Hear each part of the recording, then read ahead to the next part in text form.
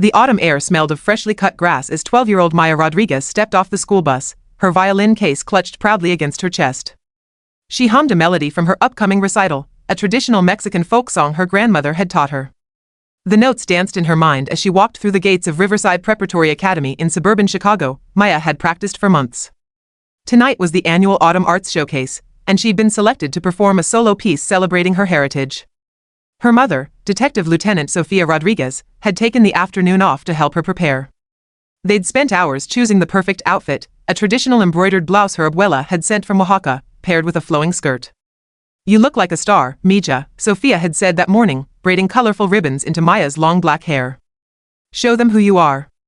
But when Maya entered her music classroom third period, everything changed. Mrs. Eleanor Blackwell stood at the front, her thin frame rigid as a fence post. She was the orchestra director, a woman who'd spent 30 years at Riverside and treated the music program like her personal kingdom. Her salt and pepper hair was always pulled into a severe bun, and her gray eyes missed nothing. "Maya Rodriguez," Mrs. Blackwell's voice cut through the chatter. "Come here, please." Maya approached, her violin case suddenly feeling heavier. "That outfit," Mrs. Blackwell said, her nose wrinkling slightly, "is completely inappropriate for tonight's performance." Maya's stomach dropped. "But, Mrs. Blackwell, this is what I'm performing in. It's part of my piece." "The folk song, this is a classical music showcase," Mrs. Blackwell interrupted. "Not a cultural festival. You'll wear the standard orchestra uniform like everyone else. Black dress. No decorations." She said the word decorations while gesturing dismissively at Maya's carefully braided hair, at the ribbons her mother had woven with such love. "But my song is about my culture," Maya protested, her voice small. "The clothes are part of the performance." Mrs. Blackwell's expression hardened. "If you can't follow basic professional standards, perhaps you're not ready for a solo performance. There are plenty of other students who can take your place." Around them, other students had gone silent. Maya felt 20 pairs of eyes on her, watching her humiliation. Her best friend Emma looked away, embarrassed. Trevor Chen, the first-chair violinist, smirked from his seat. Maya's eyes burned with unshed tears. "Yes, ma'am," she whispered. The rest of the day crawled by. During lunch, Maya hid in the library, too ashamed to face her friends. She could still hear Mrs. Blackwell's dismissive tone, could still see the disgust on her face when she looked at Maya's traditional clothes. When the final bell rang, Maya walked slowly to the parking lot where her mother waited. Sofia took one look at her daughter's face and knew something was wrong. "What happened, baby?" The story spilled out between sobs. Sofia's hands tightened on the steering wheel, her knuckles going white. As a detective lieutenant with 15 years on the force, she'd learned to control her anger. But this was her daughter. Her baby girl who'd practiced for months, who'd been so excited to share her culture with the school. "We're going back," Sofia said, her voice dangerously quiet. "Mom, no, yes." Sofia turned the car around. "Nobody talks to my daughter like that." Mrs. Blackwell was in her office, reviewing the evening's program, when Sofia entered. The detective's badge gleamed on her belt, and her uniform commanded immediate attention. "Mrs. Blackwell, I'm Detective Lieutenant Rodriguez. We need to talk about what you said to my daughter today." Mrs. Blackwell barely looked up. "I'm sorry, but I'm very busy preparing for tonight's showcase. If you want to schedule a parent-teacher conference, no." Sofia's voice could have frozen fire. "We're talking now. You humiliated a 12-year-old girl for wanting to celebrate her heritage. You threatened to remove her from a performance she earned through hard work and talent." Mrs. Blackwell finally looked up, her expression cool. "Detective Rodriguez, I understand you're upset. But this is an educational institution with standards. Your daughter's costume was simply not appropriate for a classical music event. Her traditional clothing," Sofia corrected, each word sharp as glass. "From her culture. Which is part of her performance. I've been directing this orchestra for 3 decades, Mrs. Blackwell said, standing now. Her voice dripped with condescension. "I think I know what's appropriate. Perhaps if you were more familiar with classical music culture, don't." Sofia stepped closer. "Don't you dare suggest that I don't understand culture or standards. My daughter is talented, prepared, and proud of who she is. You tried to shame her for that." Principal Robert Morrison appeared in the doorway, drawn by the raised voices. "Is there a problem here?" "Yes," Sofia said, not taking her eyes off Mrs. Blackwell. "Your music teacher is discriminating against my daughter." "Now, let's all calm down," Morrison said in that practiced administrator's voice that Maya had come to recognize meant nothing would change. "I'm sure this is just a misunderstanding. Mrs. Blackwell has an exemplary record. I don't care about her record, Sofia interrupted. I care that she made my daughter cry. That she threatened her for being Mexican. I never said anything about her being Mexican, Mrs. Blackwell protested. This is about maintaining professional standards, standards that conveniently only apply to students of color, Sofia shot back. Morrison stepped between them. Detective Rodriguez, I understand you're upset. But making accusations like this, we need to go through proper channels. File a formal complaint, and we'll investigate? Sofia's laugh was bitter. So you can bury it under paperwork while my daughter suffers? No. She's performing tonight, in her traditional clothes, or I'm going to every media outlet in Chicago. Mrs. Blackwell's face had gone pale, but her voice remained steady. If you make threats, detective, I'll have to call security. Call them, Sofia said. I'll wait. The standoff might have escalated further, but Maya appeared in the doorway. She'd followed her mother back inside, unable to stay in the car. Mom, she said softly. Can we just go home? Sofia's anger melted at the sight of her daughter's tear-stained face. She gathered Maya into her arms. We're going, baby. But this isn't over. As they walked out, Sofia heard Morrison murmuring to Mrs. Blackwell, just let her wear whatever she wants tonight. It's not worth the trouble. Worth the trouble. The words echoed in Sofia's mind as she drove home. Her daughter's dignity, her cultural pride, reduced to trouble they wanted to avoid. That night, Maya didn't perform. She couldn't. Even though Morrison had grudgingly given permission for her outfit, the joy had been stolen from her. She stayed home, lying in her bed, staring at her violin case. Sofia sat in the kitchen, her laptop open, making calls. Years as a detective had taught her how to investigate. And something about Mrs. Blackwell's confidence, her certainty that she'd face no consequences, nagged at her. She started with the school's website, looking through archived newsletters and programs. Then she called in a favor from Officer Janet Kim, who worked in records. I need you to pull any complaints filed against Riverside Prep in the last 5 years, Sofia said. Specifically about discrimination. That's a lot of files, Sofia. What am I looking for? Patterns. I think they've done this before. 3 days later, Janet called back. You were right. There are 17 formal complaints. All filed by parents of color. All dismissed after internal investigation. Sofia's blood ran cold. 17? A black student told to straighten his hair. An Indian girl forbidden from wearing her bindi. A Sikh boy pressured to remove his turban. All by different teachers, but guess who sat on every disciplinary review board? Mrs. Blackwell. And Principal Morrison. They've been covering for each other for years. Sofia spent the next week digging deeper. She found parents through social media, reaching out carefully. Each had a story.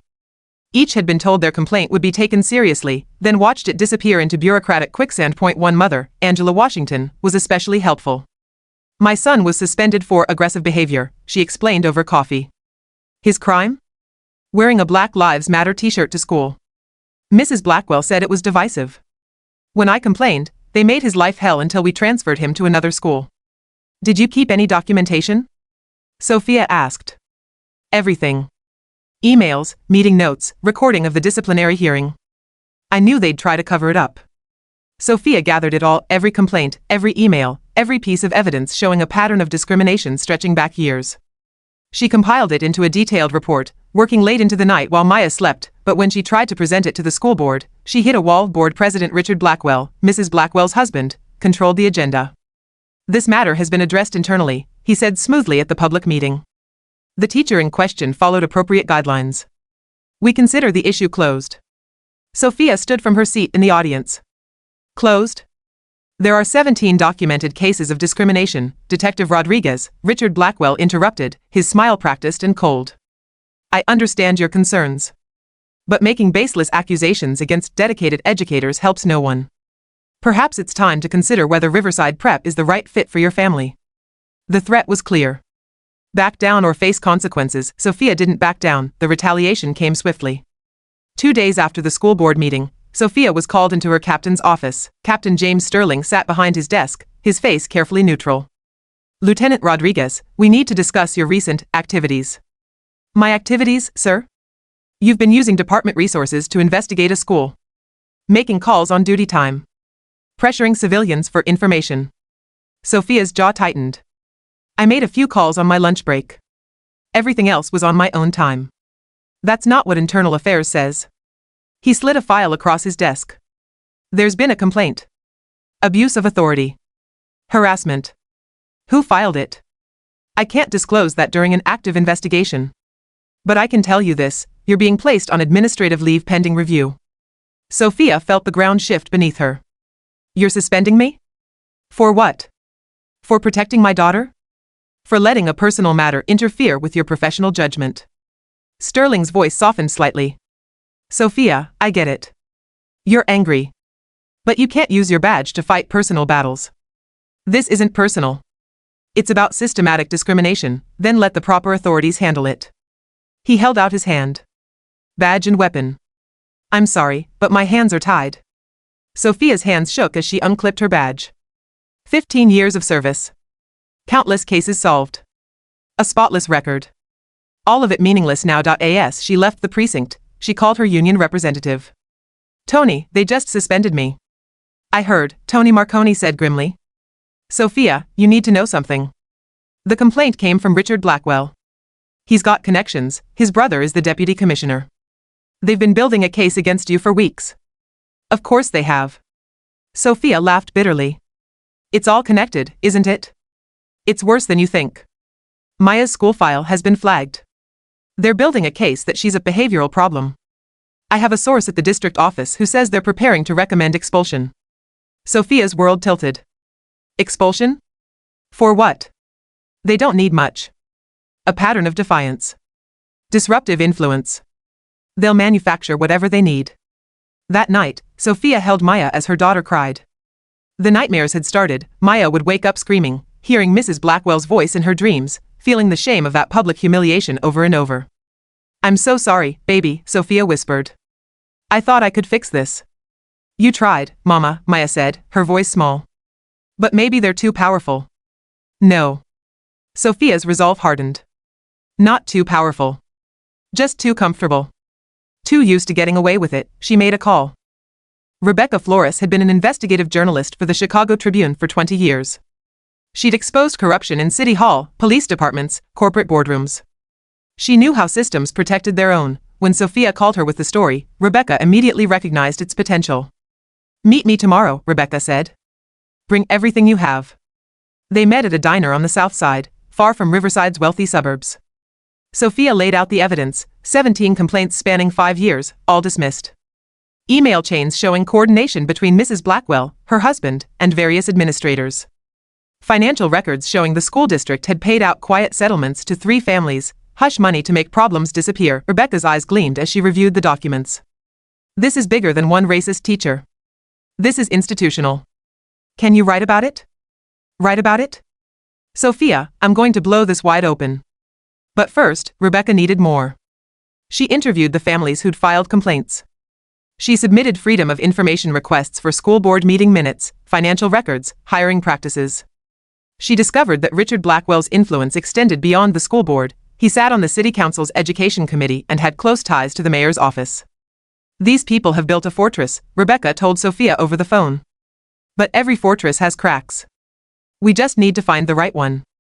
The crack came from an unexpected source. Marcus Henderson had been a music teacher at Riverside Prep 3 years ago. He'd been fired after 1 semester, officially for performance issues. But when Rebecca tracked him down, he told a different story.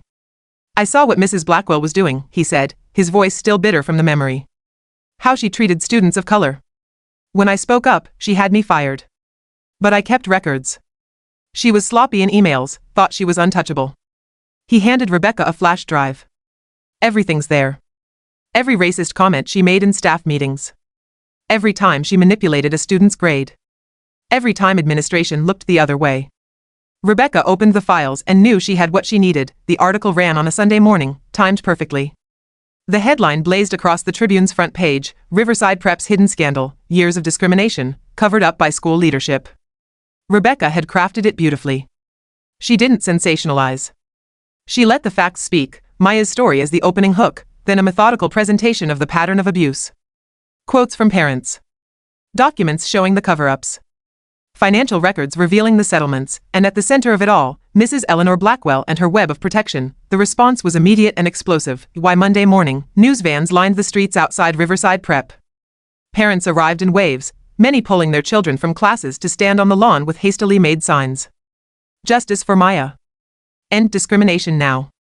Blackwell must go. Social media erupted. Hashtag Riverside scandal trended nationally. Other former students came forward with their own stories, creating a tidal wave of testimony that couldn't be ignored. The school board called an emergency meeting. Sofia arrived early, Maya beside her. This time, her daughter wanted to be there. Wanted to see what justice looked like. The boardroom was packed beyond capacity. Fire marshals had to turn people away at the door. Every local news station broadcast live. The pressure was unbearable. Richard Blackwell tried to maintain control. This meeting will come to order. We're here to discuss the recent allegations in a fair and balanced fair. A woman's voice rang out from the crowd. Angela Washington stood, her voice shaking with controlled fury. You want to talk about fair? My son was expelled for wearing a t-shirt. Where was fair then? Others joined in, voices rising, sharing their stories. The board members shifted uncomfortably. Even Richard Blackwell's composure began to crack. Then the doors opened, federal investigators entered, agents from the Department of Education's Civil Rights Division. They'd been prompted by Rebecca's article to open their own investigation. And they had questions. The meeting descended into chaos. Richard Blackwell tried to adjourn, but the crowd wouldn't let him. Parents demanded answers. Media cameras captured every moment. In the commotion, Sofia noticed Mrs. Blackwell sitting in the corner, her face ashen. Their eyes met across the room. The teacher looked away first. The federal investigation moved quickly once it started. Within 2 weeks, they'd uncovered not just discrimination, but financial fraud. Richard Blackwell had been funneling school district funds through his wife's private music instruction company, taxpayer money going directly into their pockets in exchange for no-bid contracts. Mrs. Eleanor Blackwell was terminated immediately. Richard Blackwell resigned from the school board under threat of prosecution. Principal Morrison was placed on administrative leave and quietly pushed into retirement. But perhaps the most satisfying moment came when Sofia received a call from Deputy Commissioner Blackwell himself, Richard's brother, the man who'd helped orchestrate her suspension. Detective Rodriguez, his voice was strained. In light of recent developments, the department is dropping the investigation against you. Your badge and weapon will be returned tomorrow. We apologize for any inconvenience. Inconvenience. Sofia almost laughed. I'll need that apology in writing, she said. Along with a full exoneration in my personnel file. Of course. Whatever you need. She hung up feeling not triumph, but exhaustion. Justice was supposed to feel better than this. The nightmares didn't stop immediately. Maya still woke some nights, reliving that moment of public humiliation. But slowly, gradually, the bad dreams came less frequently. Riverside Prep underwent massive changes. The entire board was dissolved and restructured. New anti-discrimination policies were implemented, written in consultation with parents and civil rights organizations. The school hired its first diversity director, Angela Washington, who'd fought so hard for her own son. 3 months after the scandal broke, the school held a special assembly. The new principal, Dr. Maria Santos, stood at the podium. Today marks a new beginning for Riverside Prep, she said. A commitment to not just tolerating diversity, but celebrating it. And to honor that commitment, I want to introduce our new student ambassador program, starting with someone who showed us all what courage looks like. She gestured to the side of the stage. Please welcome Maya Rodriguez. Maya walked out slowly, her violin case in hand. She wore her traditional embroidered blouse and skirt, her hair braided with colorful ribbons. The entire auditorium rose in applause. Sofia watched from the front row, tears streaming down her face. Maya adjusted the microphone and began to speak. A few months ago, I was told my culture wasn't appropriate. That being proud of who I am was unprofessional. Her voice was steady now, stronger than before. They tried to make me small. They tried to make me ashamed. But they failed. She lifted her violin. This is the song I was supposed to perform that night. The song they tried to silence. I'd like to play it for you now. The first notes rang out clear and pure. The traditional Mexican folk melody filled the auditorium, each note a declaration of identity, of pride, of resilience. Maya played with her eyes closed, pouring everything into the music, her pain, her anger, her triumph. When she finished, the silence lasted a heartbeat. Then the auditorium erupted. Students and parents stood, applauding, some crying openly. Sofia could barely see through her tears. After the assembly, a woman approached Sofia. Detective Rodriguez? I'm Councilwoman Patricia Grant. That was incredibly moving. Thank you. I wonder if you'd be willing to speak with me about a new initiative we're developing. A civilian oversight board for educational discrimination complaints. We need someone with your experience and dedication. Sofia looked at Maya, who was surrounded by classmates, real friends now, not the silent observers from before. I'd be honored, Sofia said that evening. Mother and daughter sat on their porch as the sun set. Maya leaned against Sofia's shoulder, her violin case at her feet. Mom? Maya asked quietly. Was it worth it? Everything you went through? Sofia considered the question. The suspension, the stress, the nights she'd lain awake wondering if she'd destroyed her career for nothing. Yes, she said finally. Because you're worth it. Because every child who comes after you is worth it. And because sometimes the only way to change a broken system is to break it open and force people to see what's inside. Maya nodded, processing this. I want to help. Other kids who go through what I did. You already are, baby. Every time you play that violin, every time you wear those clothes with pride, you're showing them they don't have to hide who they are. No, Maya said, sitting up straighter. I mean really help. I want to start a club at school. For kids to share their cultures. So no one ever feels alone like I did. Sofia pulled her daughter close. Then that's what we'll do. 6 months later, the Cultural Pride Alliance had 40 members and was expanding to other schools in the district. Maya led meetings where students shared traditions, foods, music, and stories from their heritage. The club became so popular that other districts began reaching out, wanting to replicate the model. Mrs. Blackwell, meanwhile, faced criminal charges for embezzlement.